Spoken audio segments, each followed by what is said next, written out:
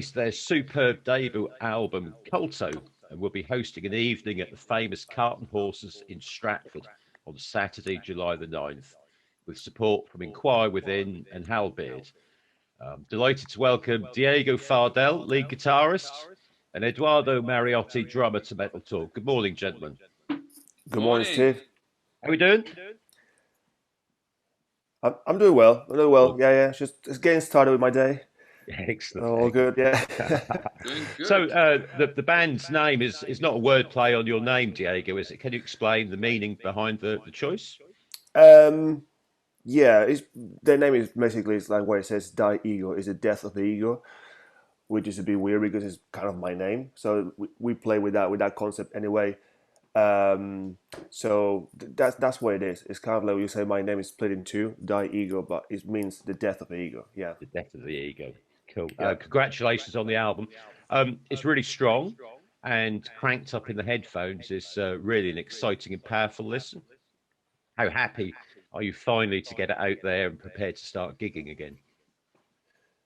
It's absolutely great. Like when we put the record out, the pandemic just hit. Where we put the first single in March of 2020. So by the 5th of March, and on the 17th, like the COVID reached the UK. So it's like, okay, we're gonna carry on with the promotion. We were like, very involved in, with the PR and everything. So we thought like it's gonna last 2 weeks, but no, it's been 2 years plus. So yeah, kind of the record helped us, to keep the promotion online, etc. But we couldn't play live. So by the time that we could play the first gig, it's been like 1 year since the release. So that we headlined the Dev with Ed already in the band was his first gig, headline set, Sure. presenting the record, nothing less. So yeah, since then we went on tour, and we are just preparing another bunch of gigs that we got. And also new material. So yeah, it's been exciting, so far. Oh, cool. Obviously, you've got the Cart gig on the 9th of July. How are preparations going for that?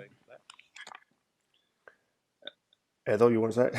Yeah, well, I'll jump on this one. I think no preparations are going very well, and the set is absolutely bombastic.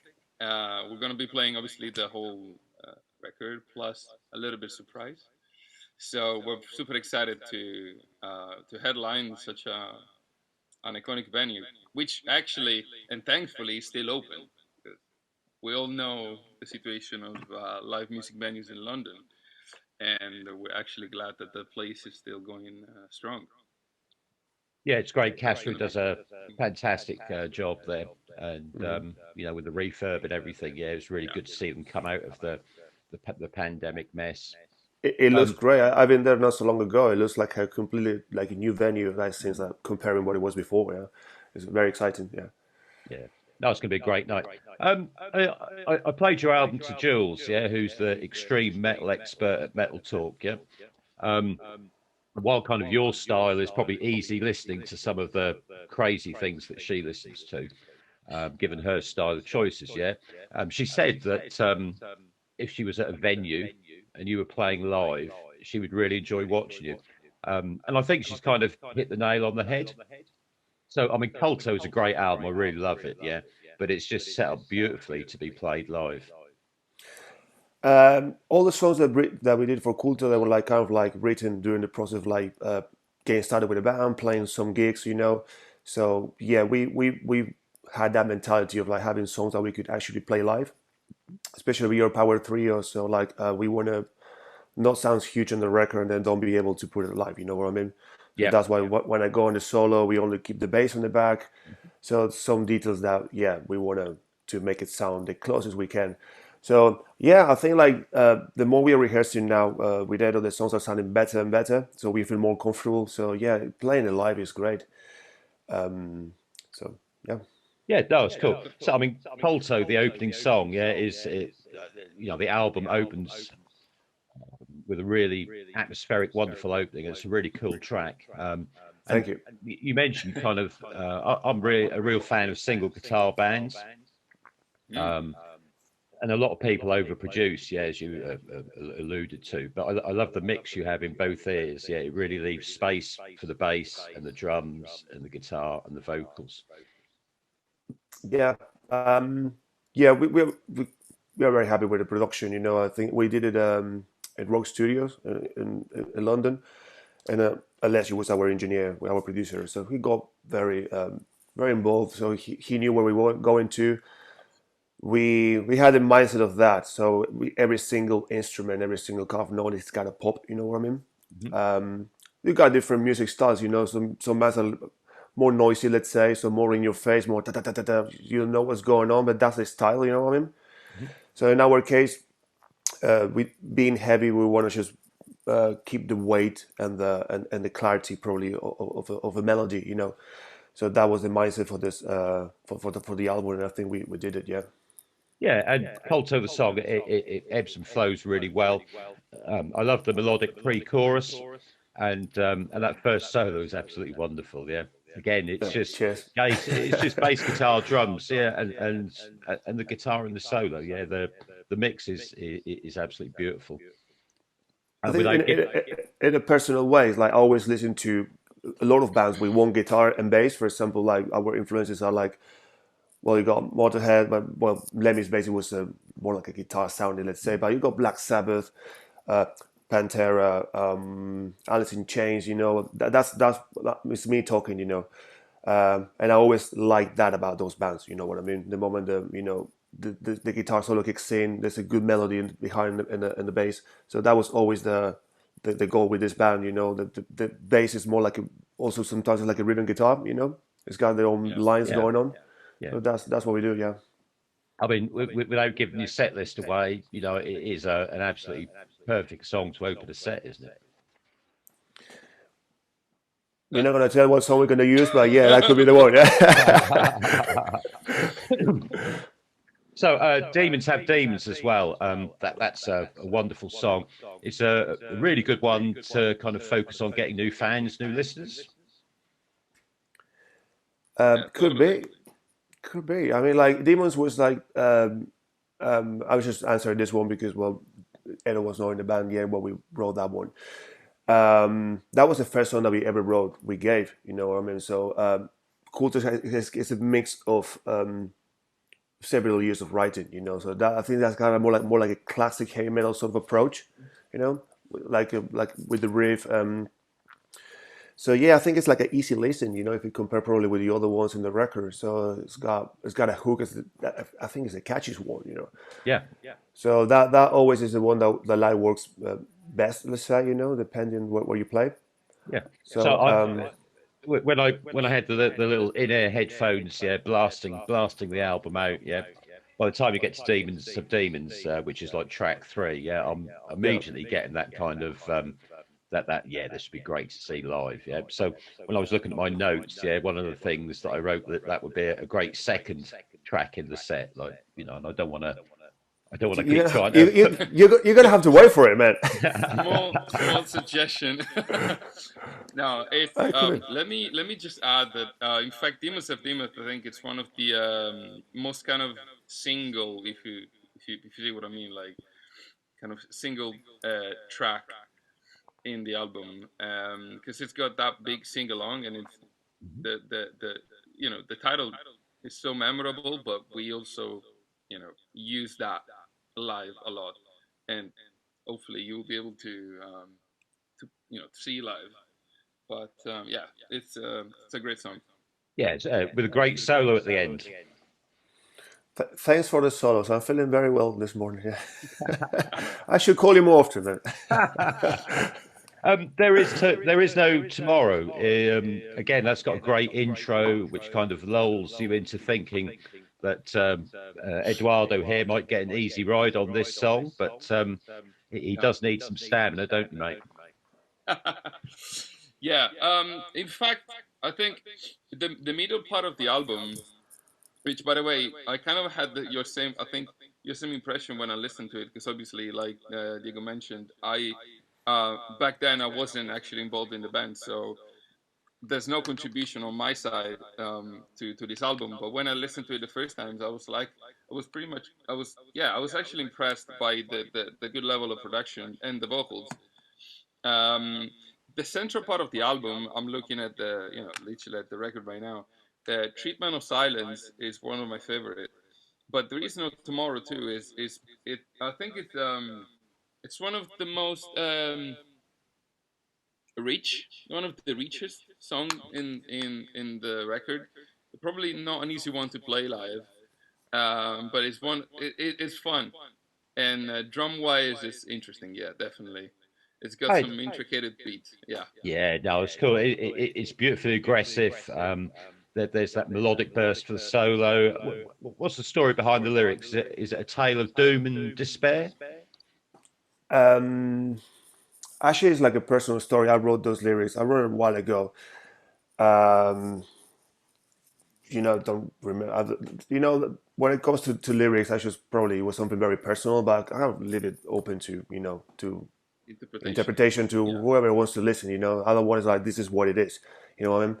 Yeah, but it's like a personal story. Yeah, and there is no tomorrow about being disappointed about certain situation. You so that's what the chorus says. Nothing will ever be priceless, important for you. So it's about something, that big disappointment that I had. So Oh, that's basically what it is. That I gotta say, like that is the last song that we wrote for the record, actually. So that's why it's the most different. So we already were taking a different approach when it comes to writing. So when I suggested that drum beat, everyone was like, "What? That doesn't sound heavy metal." But it's like, yeah, I think it's one of my favorites, like so far. Yeah. Yeah. yeah. Okay, cool. It's The it's a Grave bit is another tricky to great play live, track. but it's good. Another big riff. Yeah, heavy as hell. Fantastic solo towards the end.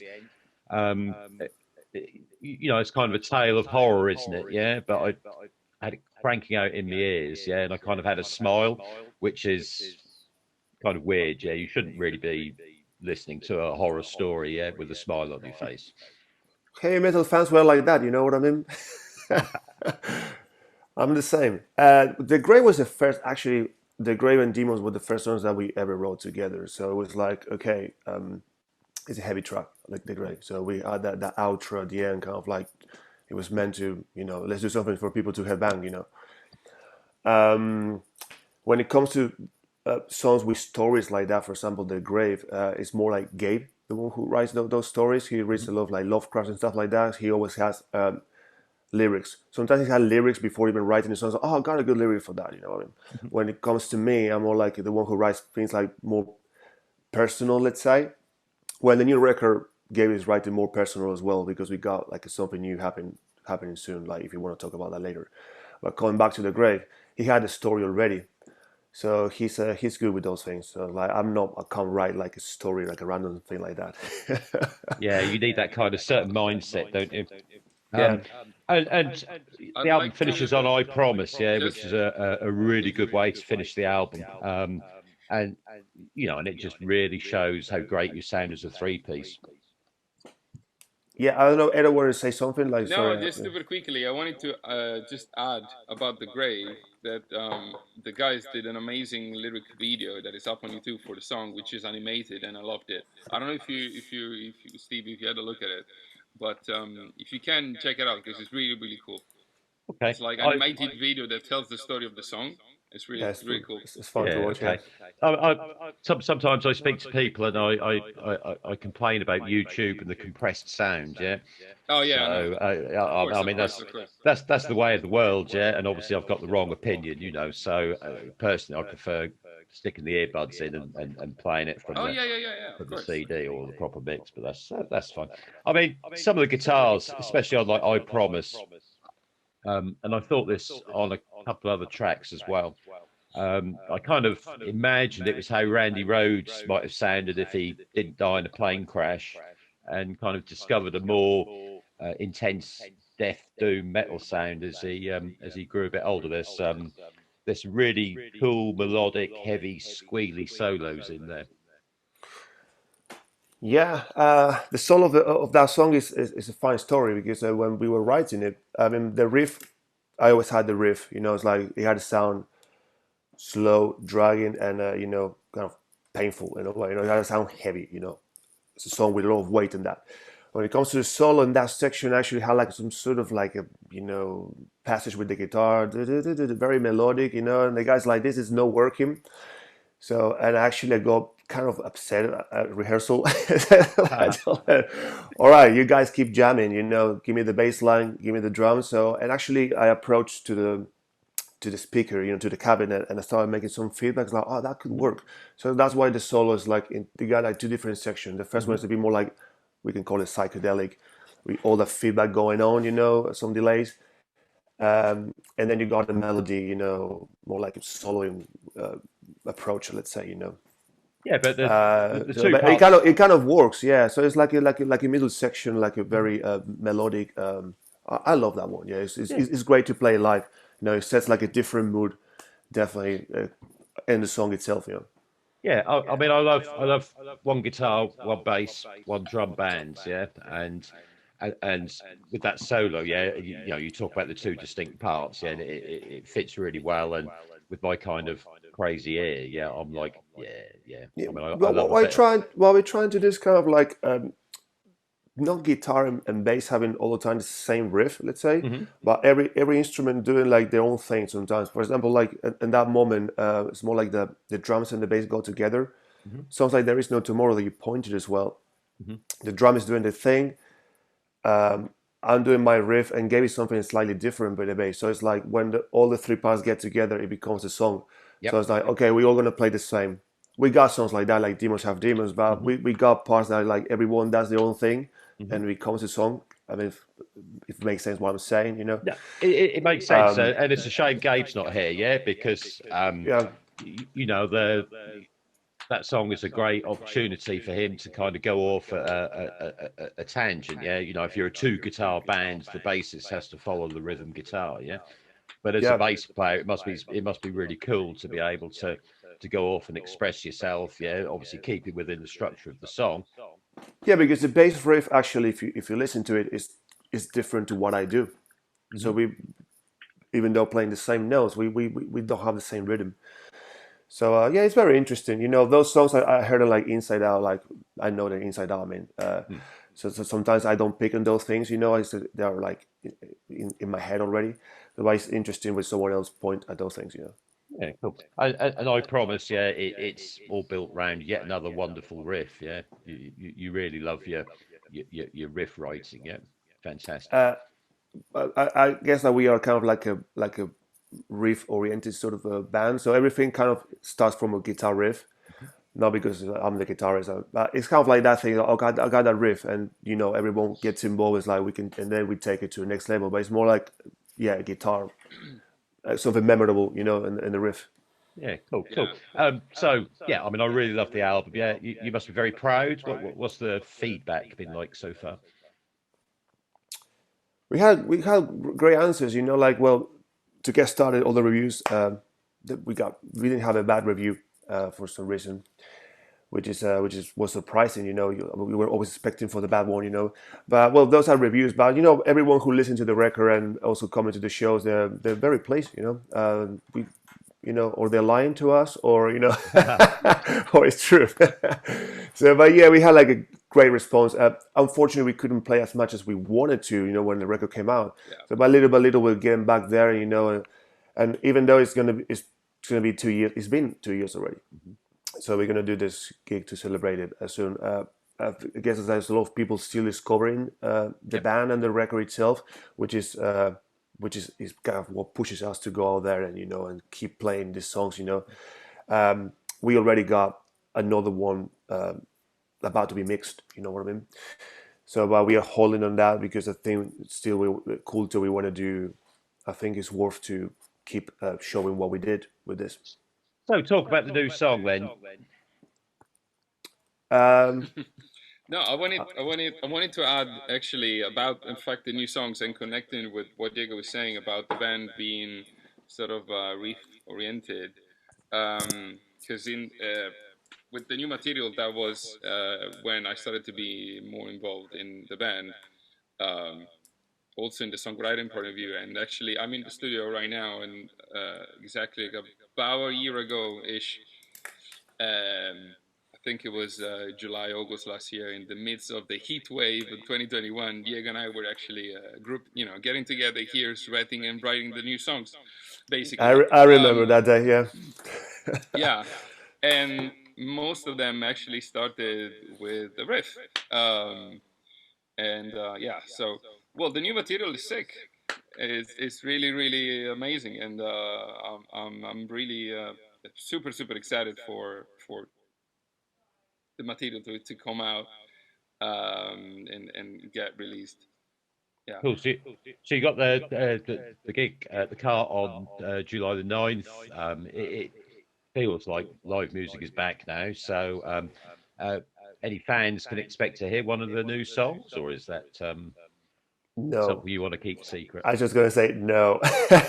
Not yet. No, because we don't want to get get burned with that. We want to, when the moment comes, start playing the new songs. You know what I mean? We did play a new song when we played the headline set at Dev, because we had like an hour set, so we needed more songs. Instead of making the covers, like, okay, let's bring something new. Since then, the song has changed a little bit in the structure because we work with the producer. But we always think, like, shall we play new material? And the different reasons. The new material is also in a different tuning. Mm-hmm. So from a sonic perspective, it's a bit heavier. It's got more weight. So I think we grabbed everything that we did with Culto and we took it to another level. Edo's drumming, I gotta say, and I'm not saying because he's here, but he's amazing. He's very technical. He's got the speed. He's got the groove. So finally, we can just focus on that groove, but also has like a very fast beats as well. Yeah. Like you will find the difference. I think it's a next step. So we really want to give like a special treatment when that thing comes out. So finish with a Culto cycle, let's say. Whatever gigs we're gonna play, and then when the new thing comes out, it's gonna be like a new image, new thing. So we're waiting for that. Yeah, I mean, again, he's here. Let's tell him to close his ears for a minute. But I've seen him play 3 or 4 times, yeah, and he looks and sounds great live. Yes, he knows it. You can say. So, any message for the fans? Thanks for listening. Thanks for being there. Thanks for supporting us. That's one of the main reasons why we're doing this. Spread the word, so we are more and more every time. Yeah, cool. We can't wait to see you guys at the Carton North. Cool. Normally, when I post the videos up, I play out on a track. Yeah. Which track would you like me to play out on? What do you want to hear? Out of Culto? No. Oh, I don't know. Probably Culto. Okay, yeah, cool. I was going to go Demons, but cool, so we can do that. That's fine. So good. Yeah, I just played. Culto's great. I just let you choose the song. Cool. So good luck for July the 9th. Keep us posted with the news. Gentlemen, Diego, new album, Culto out. Check it out. It's fantastic. Brilliant. Thank you, guys. Cheers.